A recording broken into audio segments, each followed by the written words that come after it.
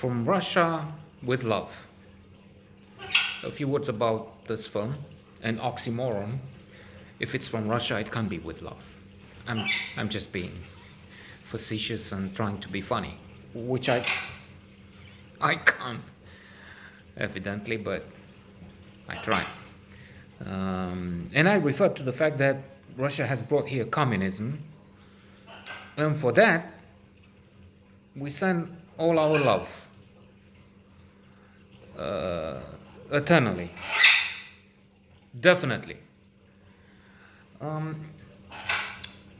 James Bond, aka Sean Connery, is sent on a mission to Istanbul because apparently a Russian defector has fallen in love with him. How? Well, by seeing his picture. The idea is that we know this is a Russian plot, and they make it so clever that they say, well, British probably would see a plot in it, coboară și nu mai fă scandal.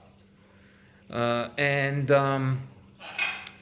still feel the need to face the challenge by saying, okay, this is fishy, this is very suspicious, something's wrong, but let's go with it anyway.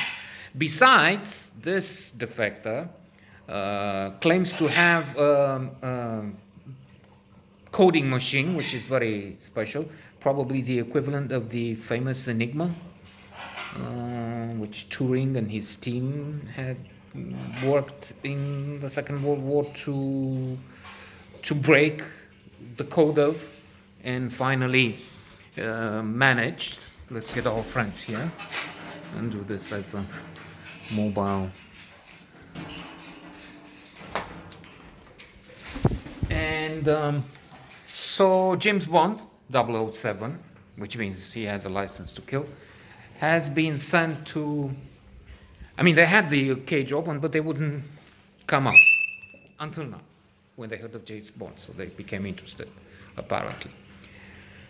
And so they say, well, if we get this, that's wonderful, and it's worth the trouble, worth trying. That's what it is. There are some odd elements there. I mentioned yesterday about the fact that a special agent, a secret agent, is no longer secret when he's so dashing, so handsome, so exotic, and so much martini, double shake with an olive, some vodka, whatever that special cocktail is. He has to be bland. He has to be so average as to be undistinguishable in a crowd among other people. But there it is. And that's even if Fleming, young Fleming, had a background in the Secret Service, so he knows his theme. Some elements are clearly inspired from real life, but then there is this oddity. On the other hand, we have so many things unbelievable in this world around us that we should stop saying, this film is not believable.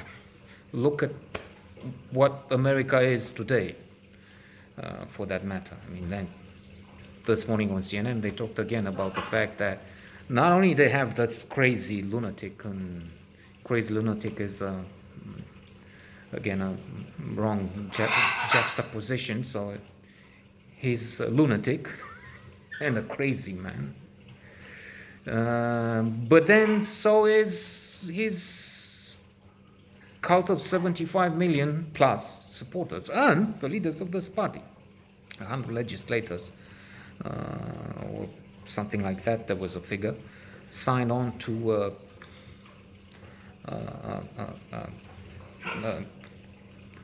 complaint to the Supreme Court made by some guy in Texas who is accused of being corrupt by 7 of his close aides.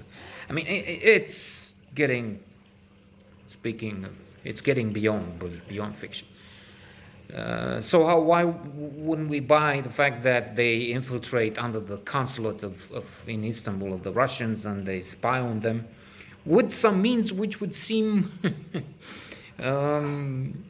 of today. I mean, the fact that James Bond has a phone in his car was the top of the line, was science fiction at the time, and now we all have a supercomputer in our as a phone in our pockets. So there you go. In that sense, termina.